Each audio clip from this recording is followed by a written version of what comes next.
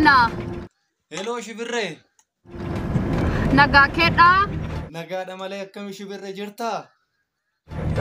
Nagaa galata gooftaa maaloo warri manaa kee maaloo akkam taate deesseetti? Eeyyani deesseerti galata gooftaa isintu bade malee. Nan bade dhiira moo durba deesse? Dubaruma deessem.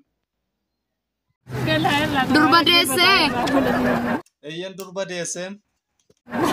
Yoo fedhe durbi harka nama qabdi yoo fedhe baga deesse maaloo marqaa yoo midharee? Marqaa kaa kunoo ammayyuu ittuma jiru isumarra jiru maal kaa isumarra jiru ammayyuu kunoo. Maaloo adaraa gooftaa waa'ee madhadhaa sanaati harka keessa qabadhu qunnoo godha adaraa gooftaa warri jiraataa yeroo darbe baay'ee mana goote naangola koo keessa teente. Maal kaa waa'een dhadhaa ulfaateera innoo yeroo suni widdiin bitee yoo ammas baay'ee gatiinsaa dabaleera dhani maalan beeka kaayaa Shibirre. Maali waan saa marqaa dhadhaa birrii 500 marqaa birrii 20 nyaattee baate dubartoonni safara koo.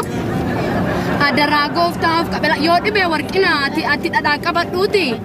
Ana qofaas miti maari tanaanyes immoo jirtiin garuu kophaa kiyyaa miti.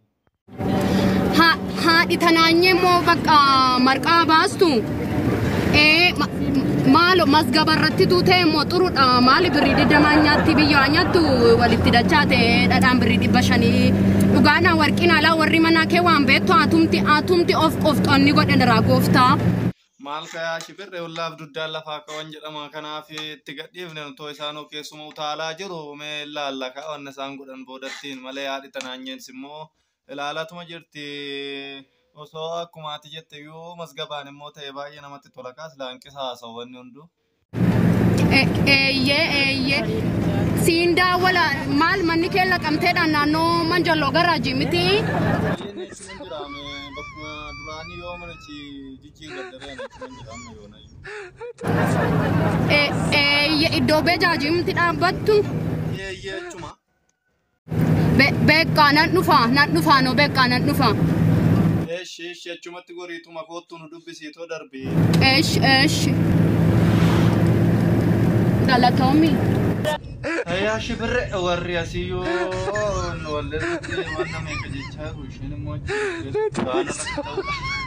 Ayi Shibirre mee koottu kaatoo waan hundaa gootes birrii 20 nadaaruma 500 malee waan biraati.